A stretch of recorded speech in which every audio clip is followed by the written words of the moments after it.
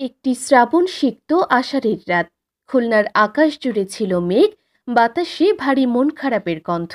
ঠিক তখনই সংবাদ আসে, আর ফিরবেন না সাংবাদিক মামুন রেজা। বৃষ্টি ভেজা সেই রাতেই নিভে গেল খুলনার সাংবাদিকতার এক উজ্জ্বল প্রদীপ। খুলনা প্রেস ক্লাবের সাবেক সাধারণ সম্পাদক, চ্যানেল 24 ও দৈনিক সমকালের খুলনা ব্যুরো প্রধান মামুন রেজা হৃদরোগে আক্রান্ত হয়ে ইন্তেকাল করেছেন। শুক্রবার রাত ৯টার দিকে নিজ বাসায় হঠাৎ বুকে ব্যথা অনুভব করলে দ্রুত তাকে খুলনা সিটি মেডিকেল কলেজ হাসপাতালে নেওয়া হয়, কিন্তু সব প্রচেষ্টা ব্যর্থ করে দিয়ে রাত ৯টা ৪৫ মিনিটে কর্তব্যরত চিকিৎসক তাকে মৃত ঘোষণা করেন। তখনও হঠাৎ হঠাৎ বৃষ্টি ঝরছিল।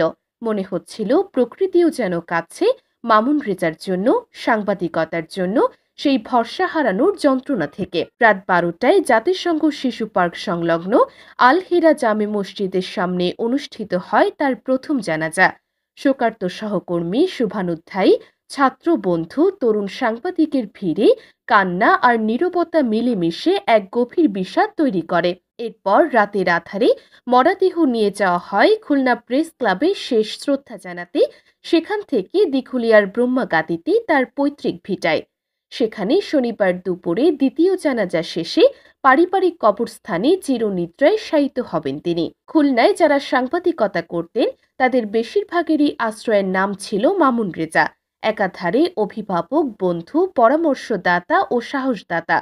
তিনি ছিলেন সাংবাদিকতার দৃঢ় বাতিঘর, যার আলোয় পথ খুঁজে পেয়েছেন অনেকেই। ছিলেন মৃদুভাষী, বিনয়ী, সাহসী এবং মানবিক, সব মিলিয়ে এক অনন্য চরিত্র। তার মৃত্যুতে শুধু পরিবার নয়, খুলনার সংবাদ পাড়া যেন এতটুকু হয়ে গেছে।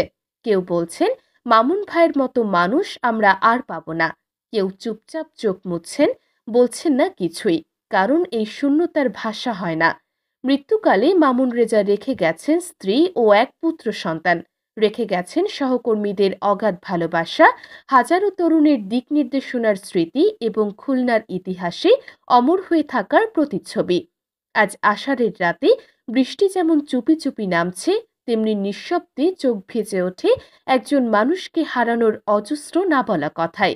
খুলনার আকাশ ভারী, মনের আকাশ আরও বেশি।